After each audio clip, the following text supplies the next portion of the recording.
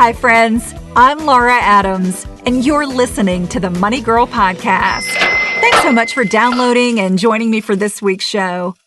Unless you live in a big city that offers public transportation or car sharing services, you probably rely on your own vehicle to get to work, run errands, or just go have fun. Paying for a vehicle is one of the biggest expenses that many people have. But knowing whether you should buy or lease a car can be confusing.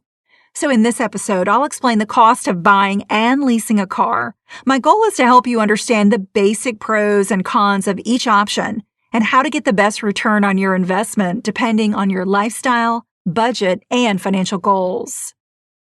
As always, I'm going to give you a bunch of resources. To see them all, you just need to visit the Money Girl page at quickanddirtytips.com. Then look for episode number 379 called Buying or Leasing, Which Costs Less? When you buy a new or used car, you probably know that you can pay cash or get an auto loan. However, whether you can get approved for a loan, how much, and the interest rate you'll pay depends on several factors, such as your credit score, income, and the age of the vehicle. And by the way, if you're frustrated with having poor credit or are having a really difficult time building it up, you definitely want to check out my Credit Score Survival Kit. It will show you step-by-step what to do. Visit my personal site and download it for free at lauradadams.com. That's lauradadams.com. Look for the Credit Score Survival Kit. No matter if the car you want to finance is used or brand new, you generally have to make a down payment in the range of 10 to 20% of the car's price. For instance, if you want a $20,000 vehicle, you might have to pay $4,000 of your own money in order to receive $16,000 from a lender. But you might be thinking, what if I don't have any savings for a down payment? Well, zero or low down payment car loans do exist. However, they charge much higher interest rates, which means you'll have higher monthly payments and end up paying much more interest over the life of the loan. And by the way, don't confuse a zero down loan with a zero interest loan. Sometimes you can get a zero down and zero interest special deal, but only in rare cases where a dealer offers it and you have excellent credit. While it might seem great to pay little or nothing out of pocket, it comes with a huge downside, which is called being upside down. No, I'm not talking about your car flipping over in an accident. Upside down is a common term for what happens when you owe more money for a car than it's worth. Unfortunately, most vehicles depreciate very quickly. New cars can lose as much as 25% of their value after just the first year of ownership, depending on the make, model, condition, and state of the used car market. Used cars also depreciate, but much more slowly. That's why buying a second-hand vehicle can be a great deal. The original owner takes the biggest depreciation hit, not you.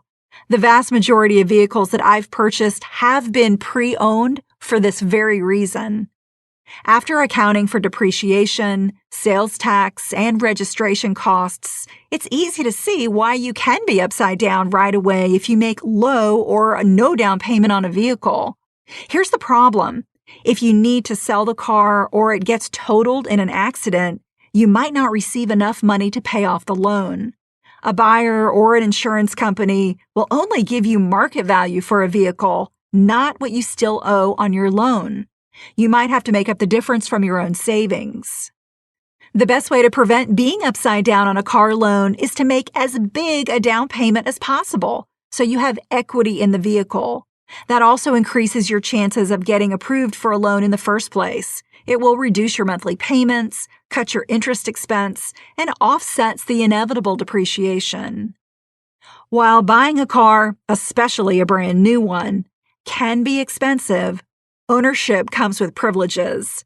Here are some benefits of buying a car. You can drive it as many miles as you want. You can customize it. You can maintain it or not maintain it any way you want. You can sell or trade it at any time, and you may eventually pay it off and drive it for years without a car payment. That's exactly what I'm doing right now. Now, let's look at the cost of leasing a vehicle instead of buying one. Okay, back to the cost of leasing a vehicle instead of buying one. According to Edmunds, approximately 22% of new cars were leased in 2012. There are multiple factors that go into the calculation of a monthly car lease payment. It depends on the lease term, such as 3 or 5 years, the retail price of the car, your down payment, credit rating, the depreciation, dealer fees, and state and local taxes. Your lease payment must cover the depreciation that will occur during the term of the lease, plus give the dealer a profit for making the deal with you. At the end of the lease, you can return the car or buy it at a predetermined depreciated value, which is known as the resale or residual value. Different makes and models of cars have very different depreciation rates.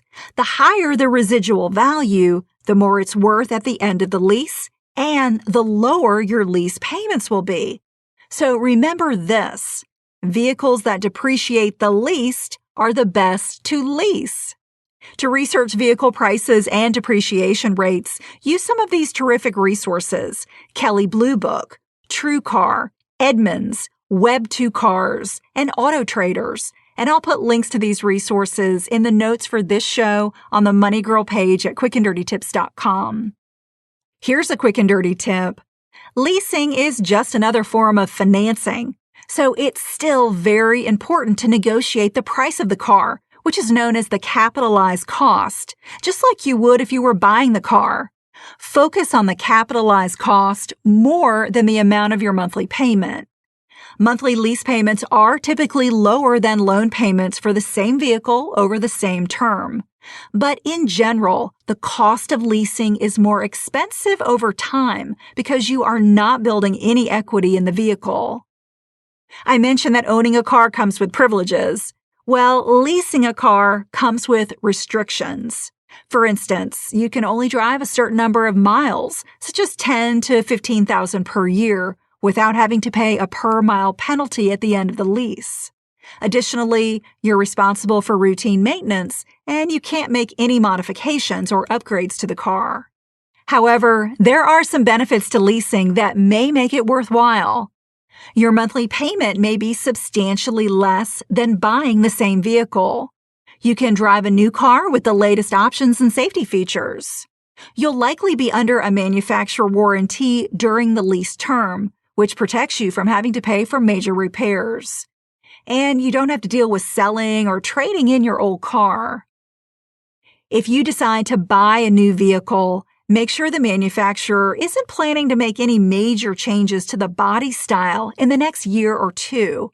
That could date your car and accelerate its depreciation. It's better to purchase a new vehicle in its first or second year of a major styling change. Also, consider buying GAP insurance. That stands for Guaranteed Asset Protection.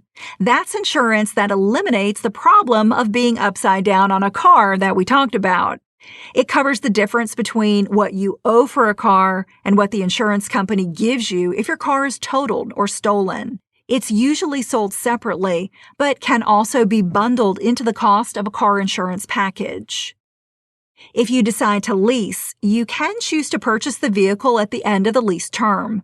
That may be a better deal compared to buying another vehicle of the same age, but be sure to do your homework to find out. You'll also have peace of mind knowing the complete maintenance history of the vehicle. Leasing a car and then buying it when the term is up can be a great option if you're just starting out. You'll get a lower payment now, but in a few years could be in a better financial position to qualify for a low-rate loan and handle potential future repair costs. To sum up, buying a car, even with a loan, allows you to have full ownership of it.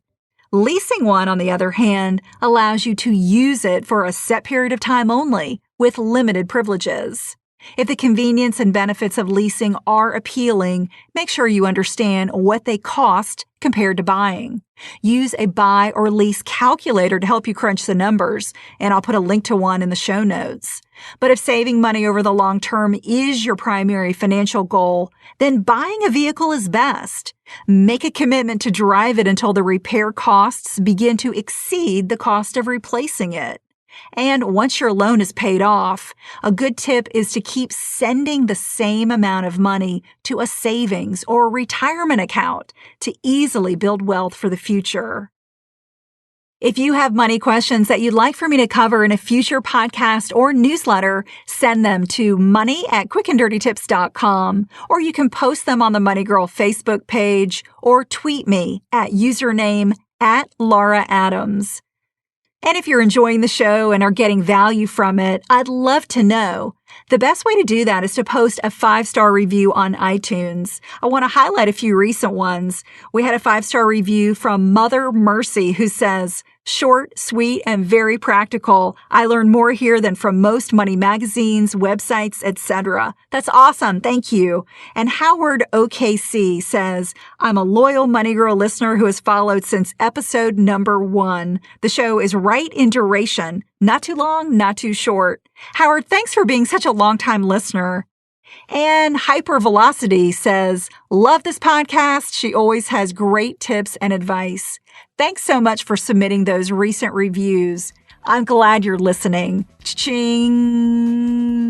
That's all for now. Courtesy of Money Girl, your guide to a richer life.